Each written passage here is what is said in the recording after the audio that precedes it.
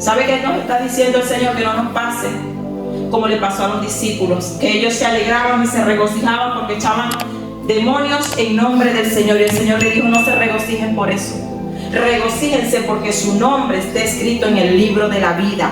Hemos caminado con la presencia del Señor, hemos tenido encuentros sobrenaturales con el Padre.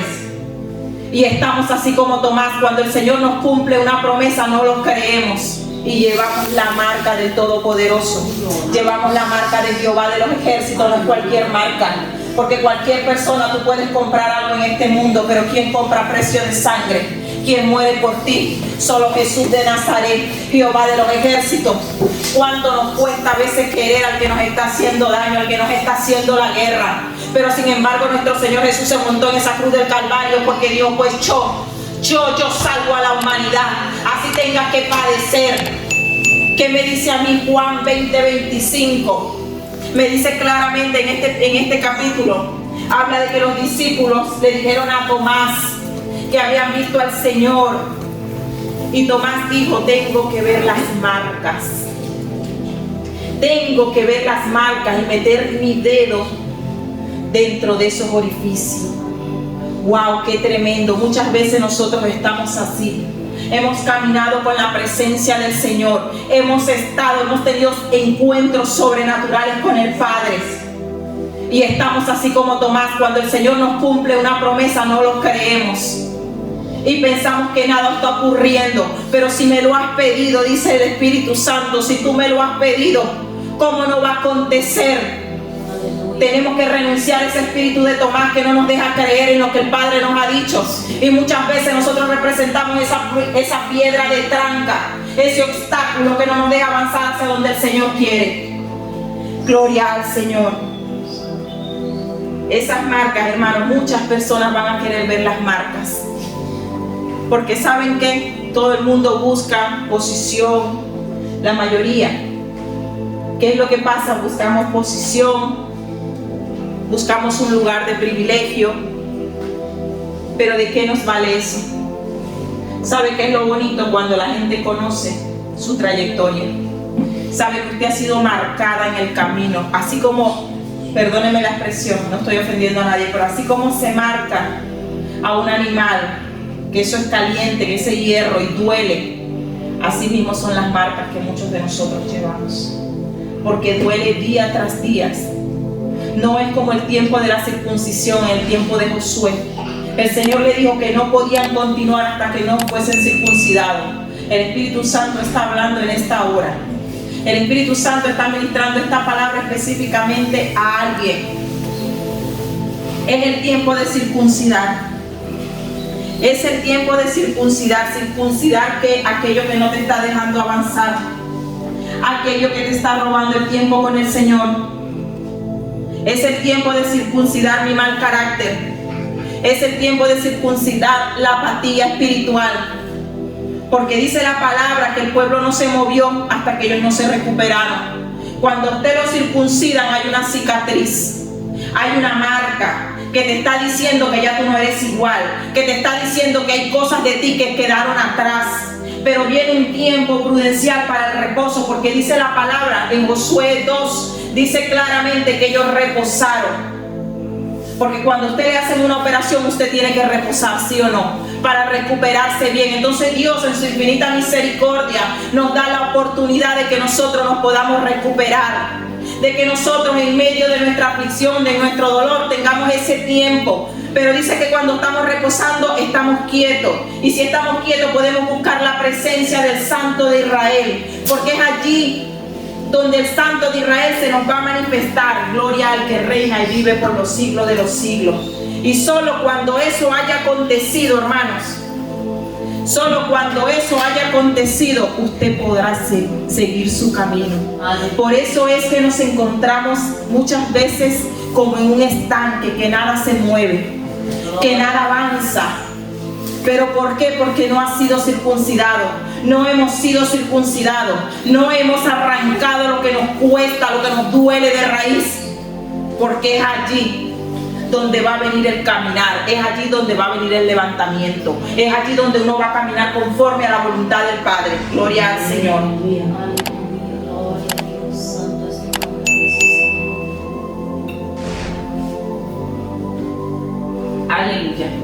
quien vive, Cristo. A su nombre. Gloria. Gloria.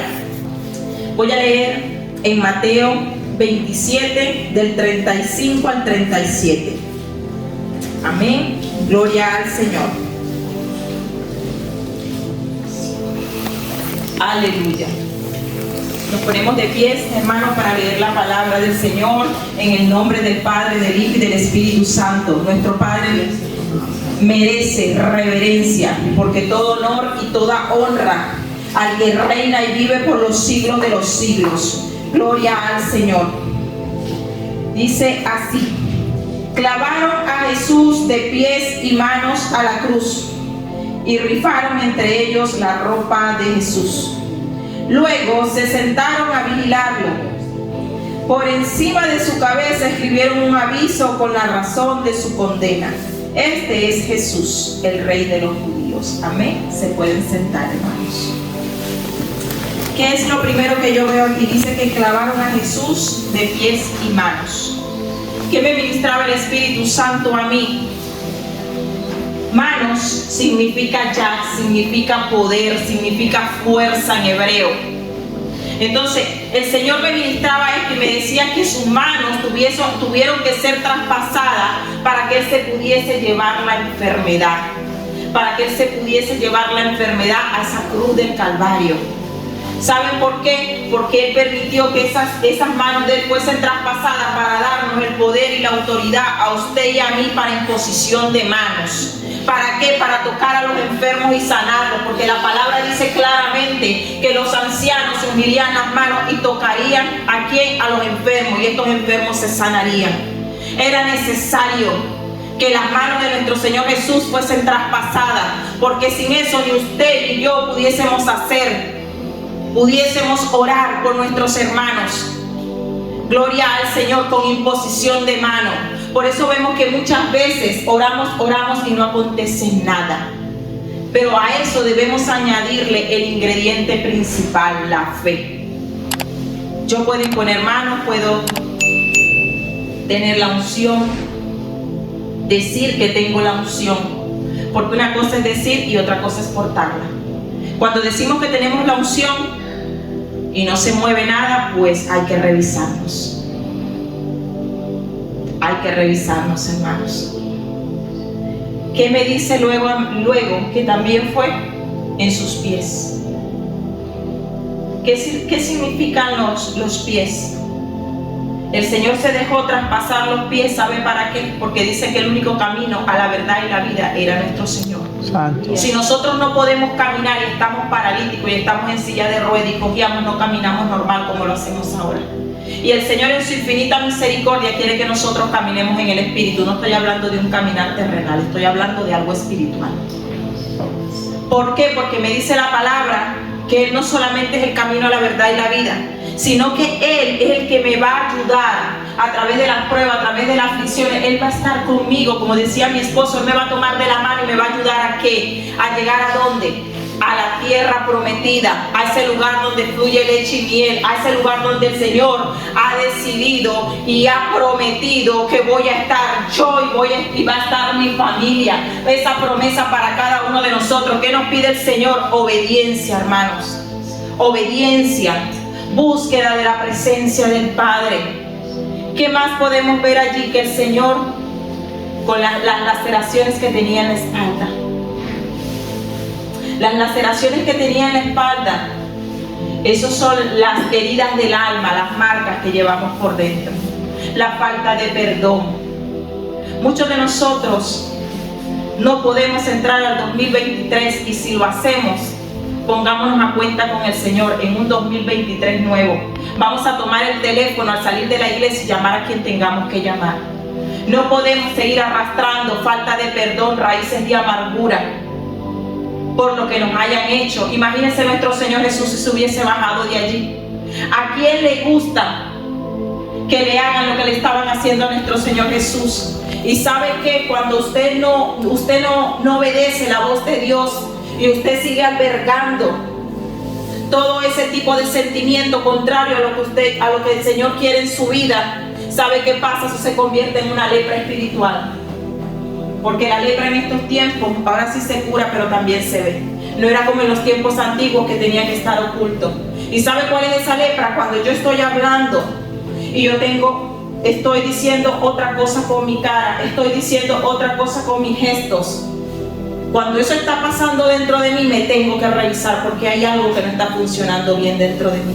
Me estoy convirtiendo en una leprosa espiritual y no me estoy dando cuenta. Y el Señor no quiere eso en este tiempo. Y me decía el Espíritu Santo, luego me llevaba y me decía, ¿qué fue lo último que me colocaron? ¿Qué fue lo último que le colocaron al Señor Jesús? La corona de espinas. Pero ¿saben qué? La palabra nos dice algo. De todas las cosas que guarda bien tu corazón. ¿Por qué? Porque si yo no guardo mi corazón, eso va a subir en pensamientos. Y luego voy a ejecutar y me voy a convertir en una persona pecadora. Entonces el Señor se dejó poner esa corona de espinas. ¿Para qué? Para que nosotros entendamos que en este mundo espiritual Él nos dejó el yelmo de la salvación. Parte de la armadura de Cristo. El yelmo de la salvación va colocado en la cabeza, porque dice que mis pensamientos, los pensamientos del Padre son mayores que los míos.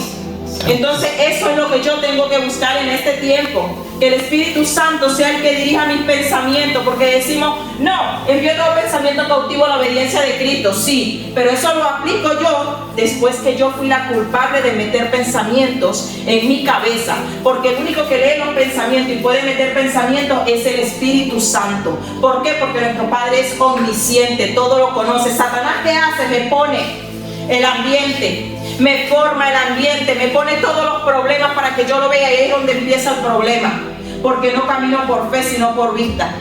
Comienzo a caminar por lo que yo estoy viendo, no por lo que el Padre me ha dicho, y allí tenemos el problema, hermanos. Cuando nosotros vemos esto, vamos a irnos a una carta. ¿Qué es lo que tú haces cuando tú envías una carta a alguien? Un mensaje, pero vamos a ponernos que es una carta de amor. La primera carta de amor que recibió usted y yo fue la de nuestro Señor Jesús cuando se fue a esa cruz del Calvario. Porque una carta consta de ¿qué? De la cabeza, del cuerpo y de los pies. Y estamos hablando de la cabeza, del cuerpo y de los pies de Cristo. Entonces ese fue el primer mensaje de amor que Cristo nos dio cuando padeció en esa cruz del Calvario por usted y por mí. Gracias a su misericordia, a su infinita misericordia, nosotros estamos aquí. Estamos disfrutando de sus misericordias, estamos disfrutando de sus misericordias cada día. Amén. Entonces cuando vamos a la carta, primeramente, ¿cómo empezamos? En la cabeza. ¿Cuidando qué? Nuestros pensamientos. ¿Cómo cuido yo mis pensamientos? Oración, ayuno, ruego.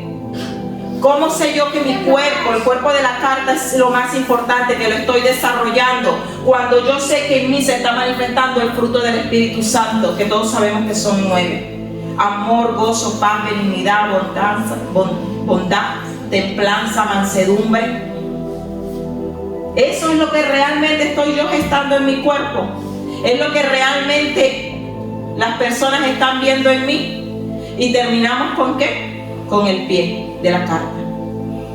¿Sabe qué nos está diciendo el Señor? Que no nos pase como le pasó a los discípulos, que ellos se alegraban y se regocijaban porque echaban demonios en nombre del Señor, y el Señor le dijo: no se regocijen por eso, regocíjense porque su nombre está escrito en el libro de la vida. ¿Qué pasa con el pie de página? Con el pie de la carta es allí donde va a culminar. Entonces, ¿qué nos está diciendo el Señor? Preocúpense, preocupémonos, ocupémonos de que nuestro nombre esté escrito en el libro de la vida.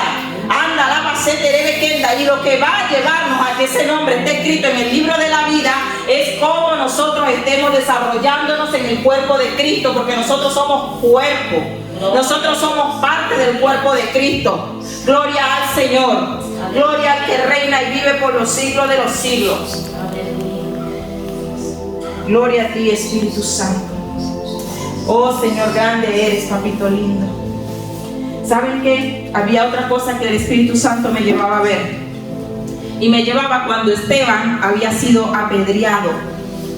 Y el Señor me decía que la ropa de Esteban tuvo que ser llevada a los pies de ¿quién? dice las escrituras de Saulo. Yo quiero que usted se quede con este mensaje, con esta palabra específicamente. Ese Saulo representa a la hija, el hijo, representa ese esposo, esa madre, ese tío, ese compañero de trabajo, mi vecino. Ese Saulo representa a la persona que usted se imagina que jamás se le pasaría a usted por la mente pensar que es el próximo Pablo de estos tiempos. Porque el Señor, cuando mandó a poner la ropa de él en los pies, Pablo no se estaba dando cuenta, pero él estaba siendo ungido en el Espíritu. Porque para usted ir a un nuevo nivel de gloria, esas marcas necesitan estar. Esas marcas, esa ropa, le estaba diciendo Pablo. En ese momento le decía Saulo en el Espíritu y él no lo sabía porque no podía discernir. Muchos de nosotros estamos así. Dios nos ha puesto cosas poderosas en nuestros pies. Nos ha puesto cosas poderosas en nuestro espíritu. Y no lo creemos y no lo hemos visto. Pero es que no entendemos que el Señor nos está viendo de una manera en la cual ni usted ni yo nos podemos ver. Ni las otras personas lo pueden ver porque lo veían como un perseguidor de la iglesia de Cristo. Así estaban viendo a Saulo. ¿Y qué fue lo que pasó? El Señor dijo, vaya, colóquenle la ropa a él. Pero ¿no les parece algo curioso? Cuando el Señor muere también agarraron su ropa en 4 partes. ¿Y qué pasó allí? Allí hubo un convertido. Allí hubo un convertido. ¿Qué pasó con Elías y Eliseo? ¿Sabe cuál fue la diferencia? Que cuando Elías le pone el manto a Eliseo, Eliseo entendió que él estaba siendo marcado para algo grande. Él entendió que debía de caminar con ese hombre, con ese ungido de Dios. Pero Pablo, llamado Saulo en aquel tiempo, no lo había entendido. Y estaba siendo ungido porque estaba representando eso. Nuestro Señor Jesús, que dice que cuando esta mujer fue y le vació el perfume de alabastro, estaba siendo ungido en los pies. ¿Por qué la importancia de los pies? ¿Por qué el Señor le lavó los pies a sus discípulos? Porque el Señor sabía que nosotros no íbamos a contaminar a diario. Recuerden que en aquel tiempo no había zapatos, sino puras sandalias. Y ellos caminaban en esa cantidad de arena y se ensuciaban los pies todos los días. El Señor lo que nos está diciendo es que nosotros nos contaminamos a diario.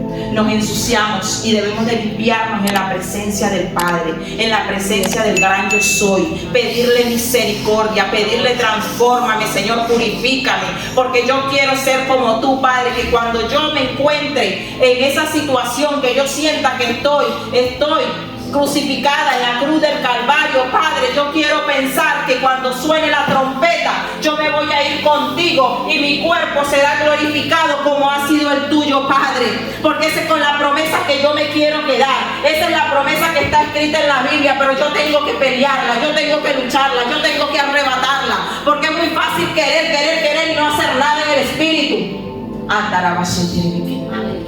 Oh Espíritu Santo, Espíritu de Dios. Eliseo, nosotros tenemos que tener la disposición de Eliseo. Eliseo salió de su conformidad. Eliseo, ¿qué hizo? Agarró sus 12 yuntas de bueyes y los mató. Wow. Ni siquiera fue que los vendió y se llevó el dinero. Estaba bien económicamente. Entonces, ¿qué es lo que el Señor nos está pidiendo? ¿Qué es lo que está representando esos bueyes? Que el Señor te está pidiendo, mátalo para que puedas seguirme. Mátalo, mata al buey para que puedas seguirme. Y no te estoy diciendo que es uno, es que son varias áreas de tu vida, porque son bueyes. Son varias áreas de tu vida. Que si no matas eso, no vas a poder llegar al destino. Si no matas eso, porque imagínense ustedes, ahí empezó el ministerio de Eliseo. Si él no era capaz de hacer eso, mucho menos iba a ser capaz de llegar a Gilgal, porque esa fue la ruta que ellos tenían que recorrer para que Eliseo tomara la doble porción y el manto de Elías. Si no vencemos eso, no nos podemos meter en Gilgal. Recuerden que en Gilgal fue el lugar donde el Señor quitó el oprobio de su pueblo, donde quita nuestra vergüenza, donde quita aquello que nos está señalando desde atrás, pero nosotros siempre tendemos a menguar en nuestra fe porque dejamos que el enemigo nos señale. Entonces, ¿qué es lo que me dice a mí Apocalipsis? Apocalipsis me habla de 2 libros. Me dice el libro de la vida y los libros.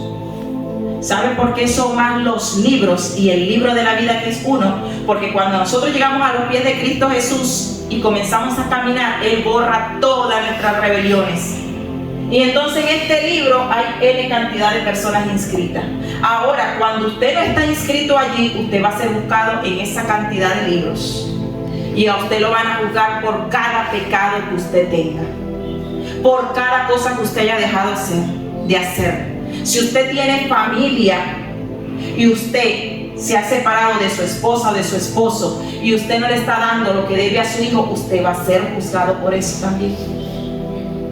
Usted va a ser juzgado porque Dios va a venir a pedir cuenta. ¿Qué hiciste con la familia que te entregué? ¿Qué hiciste con la hija que te entregué? ¿Qué hiciste con el hijo que te entregué? ¿Qué fue lo que hiciste, mujer?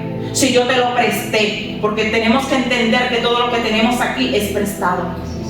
Y debemos de darle gracias a Dios por todo lo que Él nos da, porque todo es de Él. Todo es de Él. ¿Qué podemos darle nosotros a Dios que ya Él no nos haya dado? Ni siquiera los grandes ministros, porque esa unción, esa presencia fue al Padre que le plació darla. ¿Para qué? Para impactar almas, para impactar corazones. El Señor quiere que nosotros seamos esa luz en medio del camino para hacer convertir a los que están afuera. Yo estaba sentada allá y leí esta frase: rescatando piedras preciosas. Cuando usted ve que hay un rescate es porque hay una persona que está al borde del abismo, está a punto de ¿qué? De perder la vida. Y el Espíritu Santo me estaba ministrando. ¿Sabe cuántas almas hay allá afuera? ¿Saben cuántas, hermanos, que están a punto de suicidio? Que no tienen quien les dé un abrazo y les diga que los ama. Que no tienen quien le diga: venga vecino y cene aquí en mi casa. Porque es que no lo debemos hacer nada más en esta fecha, es siempre, porque Cristo nos ama día tras día. Y si nosotros decimos que somos imitadores de Cristo, ¿por qué yo no demuestro el mismo amor que Cristo me da? Entonces es el tiempo ¿de qué? De nosotros formarnos, buscarnos las herramientas, las estrategias y ir por la calle, hermanos. Es muy fácil levantar un ministerio, está nada más aquí en la iglesia. O peor aún, porque lo estoy viendo. O peor aún, los discípulos que vayan a predicar, a buscar las almas. Pues aquí voy a ser dura, porque yo voy a hablar lo que el Espíritu me dice. Los pastores, los mensajeros, son los primeros que tienen que salir a buscar las almas, porque a ellos es que el Señor le delegó la grey. El Señor dice en 1 Pedro 5:2 que no le dio la grey para que se enseñorearan, sino para que los guiaran. Entonces, ¿cómo tú vas a guiar a alguien que no conoces? Tienes que salir a la calle a buscar. Todos estamos llamados para ir a ser discípulos en las naciones enteras. Mateo 28:19. Hacer discípulos en las naciones enteras, bautizándolos ¿en qué? En el nombre del Padre, del Hijo, del Espíritu Santo. ¿Y qué me dice después? Marcos 16:15. Que debo de ir y predicar el Evangelio a toda criatura. Oiga bien este requisito: el que creyere y fuese bautizado, ese será salvo. Y el que no creyere será condenado. No lo digo yo, lo dice la Escritura. Entonces nosotros decidimos aquí hoy: o me salvo o me condeno. Porque Jeremías en el libro también habla: Señor, si tú me salvares, yo seré salvo. Si tú me sanares, yo seré sano. Hay que pedirle sanación al Padre, porque lo primero es que esto viene desde aquí, del alma. Y el Señor quiere que entremos a un 2023 renovado, limpio, que dejemos todo lo que no nos está permitiendo avanzar atrás. El rencor, la rabia, la envidia, el celo, la murmuración, el chisme. ¿Cuándo usted ha visto un ungido de Dios chismeando? El ungido de Dios no tiene tiempo para chisme. El ungido de Dios siempre anda metido en las cosas de Dios. El ungido de Dios no tiene tiempo para andar tirándole puya, punta, como se llame, a nadie. Porque el ungido de Dios sabe que está metido en el camino del Señor. Sabe que su mirada es Cristo. Sabe que su misión es ir por las almas perdidas. Gloria al Señor. Yo para culminar, no hasta aquí voy a predicar, pero quiero terminar con un testimonio.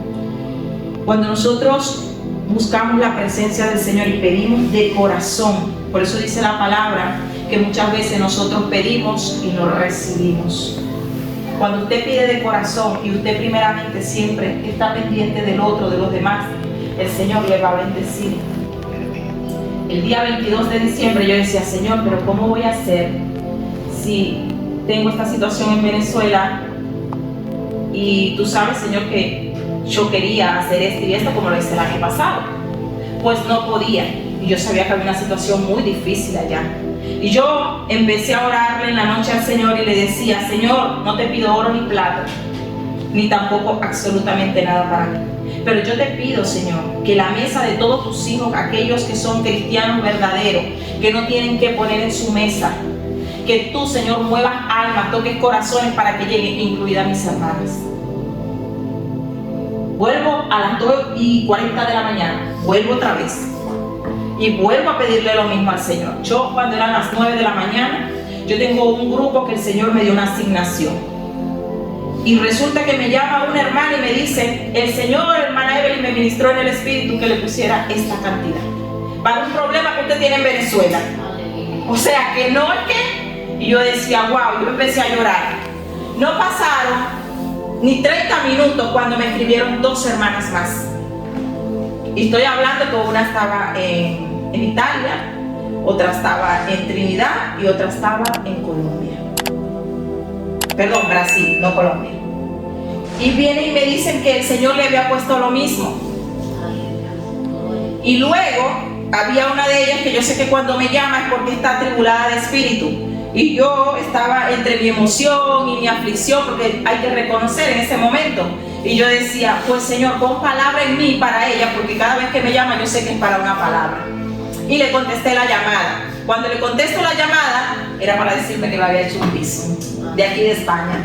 Y yo decía, wow, Señor. Y no solo eso, que después yo decía, bueno, Señor, gracias, Señor. Y le empecé a dar gracias y pasé todo el día llorando. Y después mi esposo me dice que también en unos billetes de lotería de la familia de él, también había billete premiado. Y yo decía, wow, Señor, es que tú haces lo sobrenatural. Yo no me imaginaba todo eso. Pero yo le puedo decir que hasta el día de hoy, yo sigo recibiendo de esa oración. Hasta el día de hoy, a las 6 de la tarde, yo fui a buscar 100 euros para enviar para Venezuela.